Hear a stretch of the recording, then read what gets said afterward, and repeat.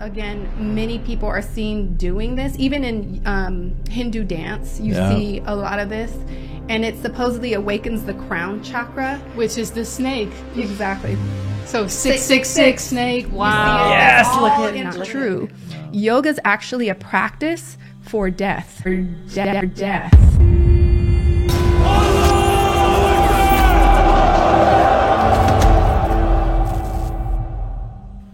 আসসালামু আলাইকুম ওয়া রাহমাতুল্লাহি ওয়া বারাকাতুহু। আশা করছি আল্লাহ তাআলার রহমতে সকলে ভালো আছেন। গত পর্বে Andrew Tate secret hand symbol টাইটেলের ভিডিওটিতে বলেছিলাম পৃথিবীর উচ্চ শ্রেণীর ধনী ব্যক্তিরা কিভাবে বিভিন্ন রকম হ্যান্ড সিম্বল ব্যবহার করে তা থেকে অ্যাস্ট্রোলজিক্যাল ফায়দা গ্রহণ করার জন্য। যেখানে কিছু মানুষ শুধু সাইন সিম্বলই সীমাবদ্ধ, সেখানে আরও কিছু মানুষ রয়েছে যারা এটিকে এক ধাপে এগিয়ে নিয়ে গেছে, আরও হায়ার লেভেলে পৌঁছেছে এর ফায়দা নেওয়ার জন্য।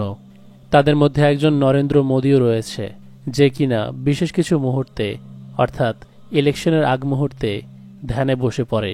আজকে কথা বলবো এই হ্যান্ড সিম্বল নিয়ে যারা সর্বোচ্চ পর্যায়ে চলে গেছে তাদেরকে নিয়ে। সর্বোচ্চ পর্যায় বলতে ধ্যানের পর্যায়। স্ক্রিনে এই মুহূর্তে যাকে দেখতে পাচ্ছেন সে ইন্ডিয়া থেকে প্রশিক্ষণপ্রাপ্ত একজন ইয়োগা টিচার। তার একাধিক সার্টিফিকেট আছে এবং বিখ্যাত ইয়োগা ক্লাবের সাথে কাজ করেছে, যেমন high-end clubs, so like your Club Sport, Equinox, the Studio, Yoga Works. You know, I was one of the teachers to this day. If you look, সে মূলত ভারত থেকে ইয়োগা শিখে গিয়েছিল এবং ভারত থেকে যার কাছ থেকে ইয়োগা শিখেছিল তারা ছিল, and the two main teachers there, one of them, his name was Mahesh, and Mahesh is a prominent name in the meditation world. And it is said that his great-great-great-grandfather, I believe, was the Maharishi Mahesh, who basically taught how to get into transcendental meditation. So this is 3 generations. Which is using yoga to get there. Using the methodology of Patanjali's 8-limb path. We'll get into that. Okay. So সে দুজন টিচারের কথা উল্লেখ করে, যার মধ্যে একজনের নাম হলো মহেশ। সে বলে এটি একটি উল্লেখযোগ্য নাম যা যোগার সাথে ওতপ্রোতভাবে জড়িত। মহারিষি মহেশ ছিল এই ব্যক্তির, এই টিচারের great great great grandfather. Hindu ধর্মে মহারিষি মহেশ বলা হয় শিব দেবতাকে, যে কিনা কৈলাস পর্বতে ধ্যান করত বলে প্রসিদ্ধ রয়েছে। হিন্দু ধর্মে ধ্যানের দেবতা হিসেবে বেশ বিখ্যাত, যে নিজের তৃতীয় চক্ষু ধ্যানের মাধ্যমে খুলে ফেলেছিল এবং এই বিষয়টি বারবার করে দেখানো হয় তার মূর্তির মধ্যে বা পিকচারের মাধ্যমে। Question, that green book, I see that stick with the snake wrapped around. We see this. We see this in medical logos. What is that? So yes, and so there's 2 ways to look at it. It's the serpent that healed, you know, Moses' staff that healed the people who had been bitten by the snake. But then it's also been taken in the Gnostic world, and it represents secret knowledge. Right. It's a rebranding. Yes. Yeah, I'll tell you that Moses, the rod with the serpent on there in Moses' day, it didn't have 2, and it didn't have wings. That's the caduceus. When you look it up, that's Mercury holds that in his hand, and it says that he's the guide of he's the god of the underworld. Yeah, the god of the underworld. He heals the wicked people and stuff. Like he's the guide of the dead. And he has the wings on his helmet. Yeah. And so these are some of the textbooks that are on my table. This yoga journal was actually made by my yoga guru at the time that I was under. And that would be the Kundalini Shakti. Okay. So she is representative of that serpent that you see, the 2 serpents, okay, right? okay. So one is Shakti and one is Shiva. Yeah. And you want the Kundalini energy to rise up your spine, which leads to samadhi. Starts in your crotch area. Yes. So we'll get into this. I mean, that's really what you're saying. I want to add, I wanted to describe what that is because I didn't have my train of thought, but that's the caduceus held by Mercury, and it says that he's the god or the guide of the dead, protectors of liars, merchants, thieves. Like is a protector of wicked, and the guide of the dead. Right. And they're using the beginning stage of your sexuality to your mind. Yes. And it's like, it's very purposeful. It's very secret revealed এর বিচক্ষণ ভক্তরা আমাকে জিজ্ঞেস করেছিল এই সিম্বলটি দ্বারা কি বোঝানো হয়।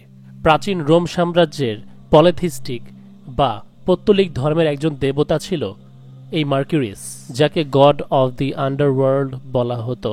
দুষ্টু লোকেদের, দুষ্টু দেবতাদেরকে হিল করার জন্য সে নিজের এনার্জি ব্যবহার করত। সিমিলারলি হিন্দুদের শিবা, যাকে দ্য গড অফ ডিস্ট্রাকশন বা ধ্বংসের দেবতা মানা হয়, হিন্দু ধর্মের কিতাব অনুযায়ী শিব নিজেও একজন অন্ধকা নামক অসুর বা দুষ্টু লোক জন্ম দিয়েছিল, যাকে সে নিজেই পরে হত্যা করেছিল। মার্কিউরিস দেবতার হাতে আপনি যেই লাঠি দেখতে পাচ্ছেন, তার মধ্যে দেখতে পাবেন দুটি সাপ লাঠি বেয়ে উপরের দিকে উঠছে এবং তার উপরে দুইটি ডানার মতো একটি সিম্বল দেয়া। কিন্তু এই দুটি সাপ লাঠির ওপরে বেয়ে ওঠা এবং লাঠির মাথায় দুটি ডানা থাকা কি অর্থ বহন করে? শিবের হাতে সিমিলারলি আমরা এরকম একটি লাঠি এবং সাপ দেখতে পাই, যা তার গলা এবং মাথায় রয়েছে।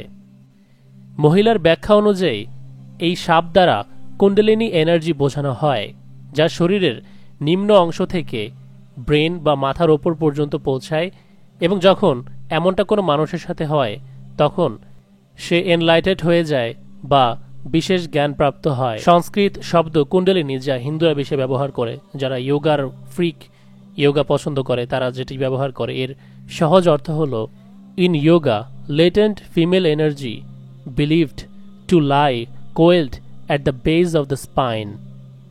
মানুষের শরীরের সবচেয়ে নিচের যে হাড় থাকে, যেটা যৌনাঙ্গের কাছাকাছি থাকে, সেখান থেকে আপনার স্পাইন বেয়ে এই সার্পেন্টের মতো, মূলত দুইটি সাপের মতো বেয়ে বেয়ে এই এনার্জি আপনার মাথার দিকে উঠতে থাকে যখন আপনি মেডিটেশনে বসেন, এই স্পেশাল রিচুয়ালটি করেন।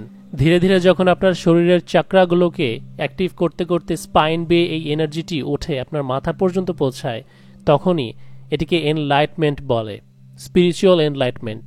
এবং তখন আপনি বিশেষ জ্ঞান প্রাপ্ত হন বলে দাবি করা হয়। আপনার মাথার ওপর সাপ গিয়ে ফনা তুলে বসে আছে, এই চিত্র দেখানোর মাধ্যমে আপনাকে জ্ঞানী বা এনলাইটেড বোঝানো হয়। এনলাইটেড বোঝাতে মাথার ওপর স্পেসিফিকলি সাপের ফনা অথবা দুটি ডানা দেখানো হয়। খেয়াল করে দেখুন তো এরকম কোনো দৃশ্য আগে কোথাও দেখেছেন কিনা। দেখুন, মহিলা নিজেই দেখাচ্ছে। This yoga journal was actually made by my yoga guru at the time that I was under, and that would be the Kundalini Shakti. Okay. So she is representative of that serpent that you see, the two serpents, okay, right? okay. So one is Shakti and one is Shiva, yeah. and you want the Kundalini energy to rise up your spine, which leads to samadhi. Starts in your crotch area? Yes. So we'll get যারা ছোটবেলায় টিভিতে হিন্দুদের cartoon show বা তাদের TV show দেখেছেন, তারা জানবেন যে কৃষ্ণকে ওরা একটি সাপের সাথে সবসময় দেখিয়ে থাকে। কৃষ্ণ সাপের ওপর শুয়ে আছে, সেই সাপ কৃষ্ণর মাথার ওপর ফনা তুলে আছে, কখনো শিবের মাথার ওপর সাপকে দেখানো। এর দ্বারা ওদের বিশ্বাসকে ওরা রিপ্রেজেন্ট করে। যারা গভীরভাবে শিব বা কৃষ্ণকে অনুসরণ করে, মূলত তারা বিশ্বাস করে এই দেবতারা এনলাইটমেন্ট হাসিল করে নিজেদের তৃতীয় চক্ষু খোলার মাধ্যমে ঈশ্বরে পরিণত হয়ে গেছে। এজন্য কালী, দুর্গা এদের তৃতীয় চক্ষু খোলা অবস্থায় আমরা দেখতে পাই। এখন এনলাইটমেন্ট হওয়া, থার্ড আই ওপেন করা বা ধ্যানের সাথে সাপ অথবা দুটি ডানার কি সম্পর্ক? বাফোমেট, শয়তানের উপাসকরা যে মূর্তিটিকে পূজা করে আর কি, সেটির নাম। বাফোমেট জাস্ট একটা র্যান্ডম কোনো মূর্তি নয়, বরং এটি হলো একটি জ্ঞানের বই। মূর্তিটির পেটের কাছে সিম্বলটি দেখতে পাচ্ছেন, এটি তার যৌনাঙ্গ থেকে উঠে এসেছে এবং দুটি সার্পেন্ট এক্স্যাক্টলি একইভাবে স্পাইরাল আকারে রড বেয়ে উঠে এসে চুম্বন করছে এবং বাফোমেটের পেছনে সেই একই দুটি ডানা। বাফোমেট যা কিছু রিপ্রেজেন্ট করে, হিন্দু ধর্মের শিব, কৃষ্ণ, দুর্গা, কালী এরাও একই শিক্ষা রিপ্রেজেন্ট করে। প্রাচীন পৌত্তলিক ধর্ম এবং নস্টিসিজম বিশ্বাস অনুযায়ী, যারা বিশ্বাস করে প্রতিটি মানুষের মধ্যেই সৃষ্টিকর্তার একটি অংশ আছে, আপনি যে কোনো হিন্দুকে জিজ্ঞেস করলেও তারা এমনটাই বলবে। এই নস্টিসিজম বিলিফের মধ্যে সার্পেন্ট গডের একটি বড় ভূমিকা আছে। সার্পেন্ট গড প্রতিটি কালচারে মজুদ ছিল।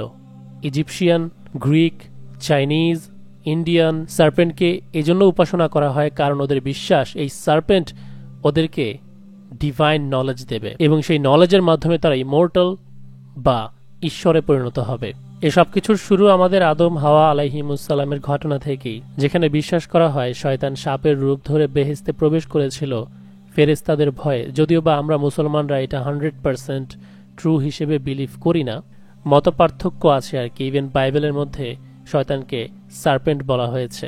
বিভিন্ন কালচারে শয়তানের রিপ্রেজেন্টেটিভ হিসেবে দেখানো হয় সার্পেন্টকে। ইভেন শয়তানের উপাসকরাও সার্পেন্টের উপাসনা করে, কারণ ওদের বিশ্বাস শয়তান মানুষকে ভালো মন্দের জ্ঞান দিয়ে মানুষকে ইলুমিনেট করেছে, মানুষের চক্ষু খুলে দিয়েছে, মানুষকে অনেক বড় একটা জ্ঞানের অধিকারী বানিয়েছে। সুতরাং আমরা আরও জ্ঞান হাসিল করতে পারবো যদি ধ্যানের মাধ্যমে আমরা তৃতীয় চক্ষু খুলে ফেলি। দুটি সার্পেন্ট আমাদের স্পাইন বেয়ে মগজে উঠে আমাদেরকে নলেজ দেবে, আমাদেরকে মানব দেহে গড বানাবে, প্রভু বানাবে। এবং প্রভু হয়ে গেলে তখন ওই যে পেছনে ডানা দেখতে পাচ্ছেন বা মাথার উপরে, এই ডানা মানে শক্তি বা মুক্ত। বিবলিক্যাল অ্যাকাউন্ট এবং মিথোলজিতে পাওয়া যায় যে সৃষ্টিকর্তা শয়তানকে যখন পৃথিবীতে নিক্ষেপ করেছিল বেহেশত থেকে, তখন সেই বিতাড়িত শয়তানের এই ক্ষমতা মানে তার ডানা কেড়ে নিয়েছিলেন। তো আপনি এনলাইটমেন্ট হওয়ার মাধ্যমে শয়তানের এই ডানা, এই ক্ষমতা পেয়ে যাবেন। এজন্যই ধ্যানের সাথে এর কানেকশন বোঝানো হয়। মানুষ মনে করে ধ্যানের মাধ্যমে আমরা অনেক শান্তি লাভ করব, অনেক কাম হয়ে যাব, পিসফুল একটা মাইন্ড পাবো, রিফ্রেশ করতে পারবো নিজেদেরকে। তবে কুণ্ডলিনী আপনাকে শান্তি দেয় না, বরং অশান্তি ডেকে আনে। Everything that I thought was bringing me peace had led me to just severe anxiety, no sense of peace, dysregulated, I wouldn't say deities, but I would say demons in my home. And whatever spirit was banging my head on the floor, like for what felt like 2 minutes. And I could hear my husband saying, "What's wrong? What happened? What?" I screamed. এই মহিলা কুণ্ডলিনী পদ্ধতি practice করতে করতে তার মধ্যে Demon চলে এসেছিল, যে তার মাথা ধরে মাটির সঙ্গে হিট করছিল। সহজ কথায় তাকে টর্চার করতে শুরু করে। তার হাজবেন্ড তার কাছে আসে এবং এই হালতে তাকে দেখতে পায়। তখন সে অবাক হয়ে বলে যে এসব কি হচ্ছে। সুতরাং আপনি ডিমনদের দুনিয়ার সাথে একটা দরজা খুলে দেন, একটা দরজা তৈরি করে দেন এই কুণ্ডলিনী প্র্যাকটিস করার মাধ্যমে। জাহাঙ্গীরনগর ইউনিভার্সিটির একটি ছেলে ধ্যান প্র্যাকটিস করতে গিয়ে আত্মহত্যা করেছিল বছরখানেক আগে। তখন আমার রিসার্চে আমি পেয়েছিলাম যে সে মৃত্যুর আগে ডিমনিক বা সেইটেনিক বিষয়ের সাথে জড়িয়ে গিয়েছিল, ইন্টারেস্টেড হয়েছিল এবং অবশেষে নিজের বডি থেকে মুক্তি পাওয়ার জন্য আত্মহত্যা করে। সো এটা অবাক হওয়ার কিছু নেই, বা এটা নতুন কোনো নিউজ আমার কাছে নয় যে ধ্যান বা যোগার সাথে ডিমনিক সেইটেনিক শিক্ষার সম্পর্ক আছে। মেডিটেশন এটা একটা হলো মুবাহ পর্যায়ের। প্রথম কথা হলো মুমেনের জন্য মেডিটেশন একটা মানে যে ব্যক্তি বিরিয়ানি খান তার জন্য তেহেরি যেমন একটা ফালতু জিনিস, ওরকম আমরা যখন ইবাদত করি, মেডিটেশন হলো নেগেটিভ, অর্থাৎ আপনি মিথ্যা কল্পনা করবেন। আল্লাহর জিকির দোয়া হলো পজিটিভ, কোনো মিথ্যা কল্পনা করতে হবে না। আপনি আল্লাহর জিকির করবেন, আল্লাহর কাছে চাইবেন। আপনি 2 ঘন্টা মেডিটেশন করলে, যে আমি নিজে বলছি, আমি কিন্তু এ ব্যাপারে অনেক আগে থেকে স্টাডি করছি, মেডিটেশন যারা করেছেন, যারা এই ব্যাপারে অনেক দূরে, তাদের অভিজ্ঞতার আলোকে, আমার নিজের অভিজ্ঞতার আলোকে বলছি, সময় নেই, যে 2 ঘন্টা মেডিটেশন করলে মিশে কল্পনা করে করে যে মজাটুকু পাওয়া যায়, আপনি 15 মিনিট একটু অন্তর দিয়ে জিকির এবং দোয়া করলে দুনিয়ার বিচারে তার চেয়ে 100 গুণ বেশি মজা পাবেন, আর আখিরাতে সব তো আসে। মেডিটেশনের একটা পর্যায়ে যে গুরু ধরতে হয়, মেডিটেশন স্বাভাবিক পর্যায়ে মুবাহ থাকে, বসে বসে মিশে কথা কল্পনা করে, যে আমি মনে কল্পনা করছি আমার চারিপাশে সোনার নহর বয়ে যাচ্ছে, ফালতু একটা কল্পনা। এক পর্যায়ে যে যখন মানুষ মনটাকে মানে ঘুমের পর্যায়ে নিতে পারে, তখন অনেক কিছু মন্তরে ঢোকে, ওই সময় শয়তান ঢোকে, শিরকের পর্যায়ে চলে যায়।